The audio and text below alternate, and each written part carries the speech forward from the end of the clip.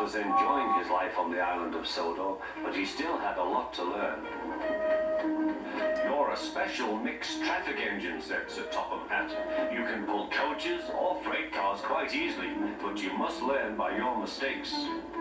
James knew what Sir Topham Hatt meant. He could well remember that dreadful accident on his first day. "Be careful with the coaches, James," said kind little Edward. "They don't like being bumped." Everyone came to admire James. "I'm a really splendid engine," he thought, and suddenly let off steam. A shower of water fell on Sir Topham's nice new top hat. Just then the conductor blew his whistle and James thought they had better go. Go on," he puffed to Edward.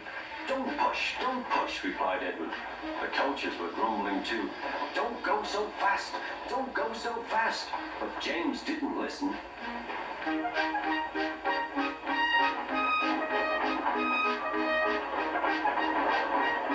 When at last they stopped at the next station, 2 coaches were beyond the platform. They had to go back to let the passengers out.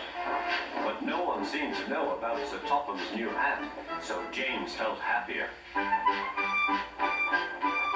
Presently they came to the station where Thomas was waiting with his 2 coaches. "Hello, James," said Thomas. "Feeling better?" "That's right." "Oh, that's my conductor's whistle. I must go. I don't know what Sir Topham Hatt would do without me to run this branch line." And he puffed off importantly. Edward and James passed the field where James had had his accident. The fence was mended and the cows were back again.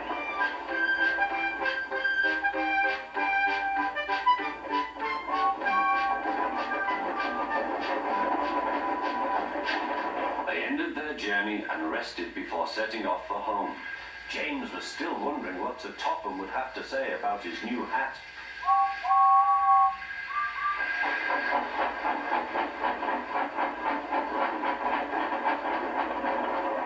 Next morning, he spoke severely to James. "If you can't behave, I shall take away your red coat and have you painted blue." James didn't like that at all.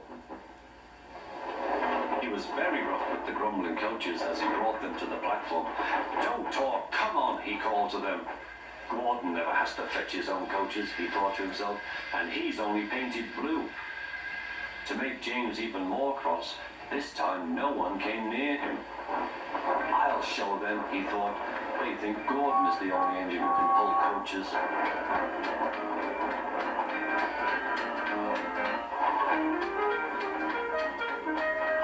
Hurry, puffed James. You're going too fast, replied the coaches. James laughed and tried to go faster, but the coaches wouldn't let him. "We're going to stop," they said. "We're going to stop."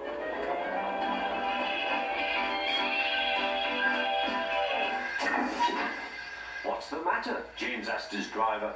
"The brakes are hard on. Leak in the pipe, most likely. You've banged the coaches enough to make a leak in anything. How shall we mend it?" said the conductor.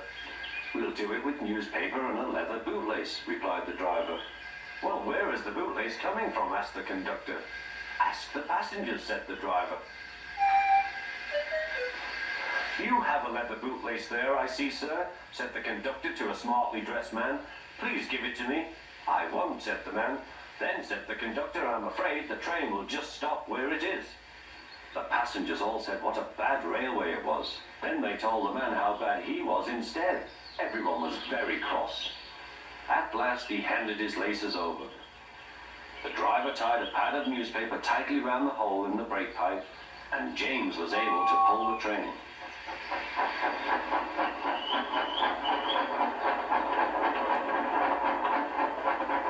But he was a sadder and wiser James, and took care never to bump coaches again.